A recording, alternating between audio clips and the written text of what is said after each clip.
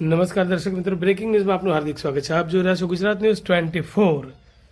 Patan Oxford English medium સ્કૂલનો 20મો વાર્ષિકોત્સવ રંગારંગ સાંસ્કૃતિક કાર્યક્રમ સાથે ઉજવાયો.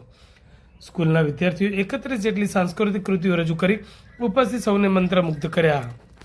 પાટણ જિલ્લાની સૌપ્રથમ CBSE માન્યતા પ્રાપ્ત ઓક્સફર્ડ ઇંગ્લિશ મીડિયમ સ્કૂલ પરિવારે વિદ્યાર્થીઓને શિક્ષણની સાથે સાથે સંસ્કારોનું સિંચન કરી શિક્ષણ ક્ષેત્રે આગવી નામના પ્રાપ્ત કરી છે. ઓક્સફર્ડ ઇંગ્લિશ મીડિયમ સ્કૂલના વિદ્યાર્થીઓ દ્વારા 2 દિવસીય શાળાનો 20મો વાર્ષિક ઉત્સવ 31 જેટલા વિવિધ સાંસ્કૃતિક કાર્યક્રમો થકી ઉજવવામાં આવ્યો હતો.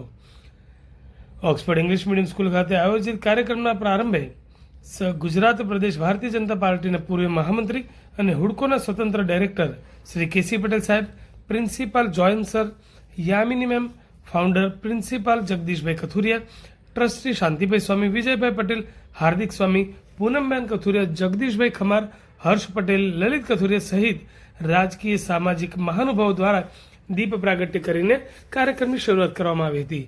આ પ્રસંગે ઉદ્ઘાટક તરીકે ઉપસ્થિત રહેલા શ્રી KC પટેલ સાહેબે શાળાના વિદ્યાર્થીઓને સાંસ્કૃતિક કાર્યક્રમોની શુભેચ્છા સાથે શિક્ષણ ક્ષેત્રે પ્રગતિના સોપાનો સર કરી પાટણ શહેરનું નામ વિશ્વ સ્તરે રોશન કરવા જણાવ્યું હતું.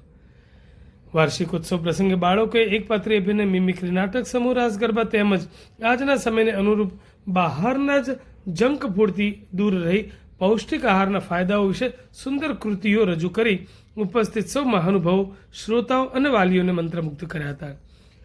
ઓક્સફર્ડ ઇંગ્લિશ મીડિયમ સ્કૂલ દ્વારા આયોજિત 20મા વાર્ષિક મહોત્સવના સમાપન પ્રસંગે પાટણ જિલ્લા પ્રમુખ રમેશભાઈ સિંધવ, શહેર ભાજપ પ્રમુખ હર્ષ પટેલ સહિત રાજકીય અને સામાજિક મહાનુભાવો ઉપસ્થિત રહ્યા હતા અને સ્કૂલ પરિવાર દ્વારા વિદ્યાર્થીઓને શિક્ષણની સાથે સાથે સાંસ્કૃતિક કાર્યક્રમો થકી અપાતા બાહ્ય જ્ઞાનને સરાહની લેખાવી સાંસ્કૃતિક કાર્યક્રમોમાં ભાગ લેનાર સ્કૂલના બાળકોને ઇનામો વિતરણ કરી પ્રોત્સાહિત કરીને અભિનંદન પાઠવ્યા હતા.